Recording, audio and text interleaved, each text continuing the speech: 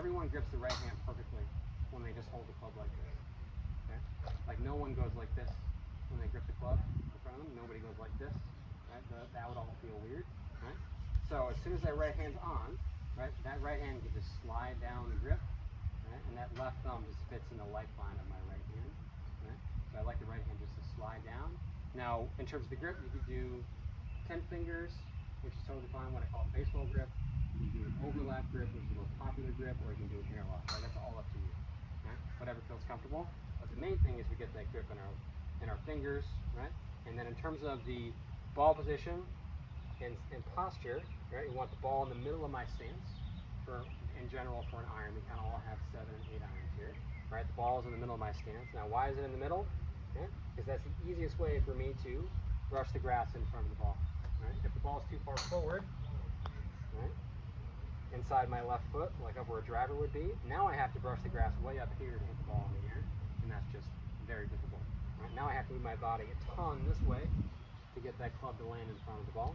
So if I start it with it in the middle, okay, and I make my swing and I move a little bit forwards towards the target in my downswing, I'm going to land the club in front of the ball. Right? So that's why we have it in the middle.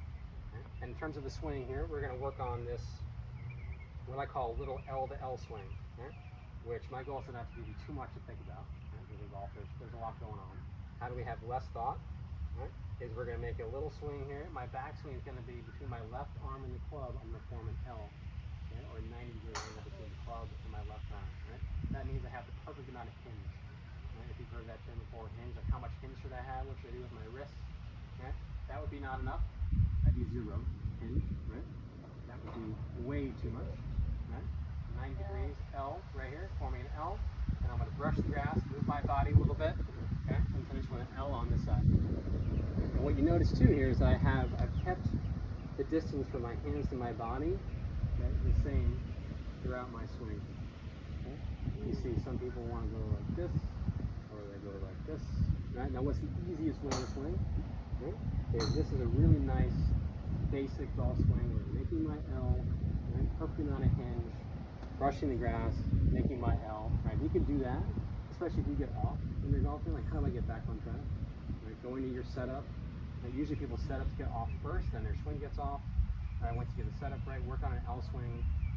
Most tour players look really similar from here to here, down to the ball. They all have different tops of the swings, and their bodies are a little bit different, but their arm structures are very similar from here to here. Right? So let's see what they do a little bit. I want to work with each of you. Let's go to our stations. I'm going to work with each of you for a few minutes on setup and the L swing. All right, and let's get going. All right. Thank you, Jack. I'll work with you over here.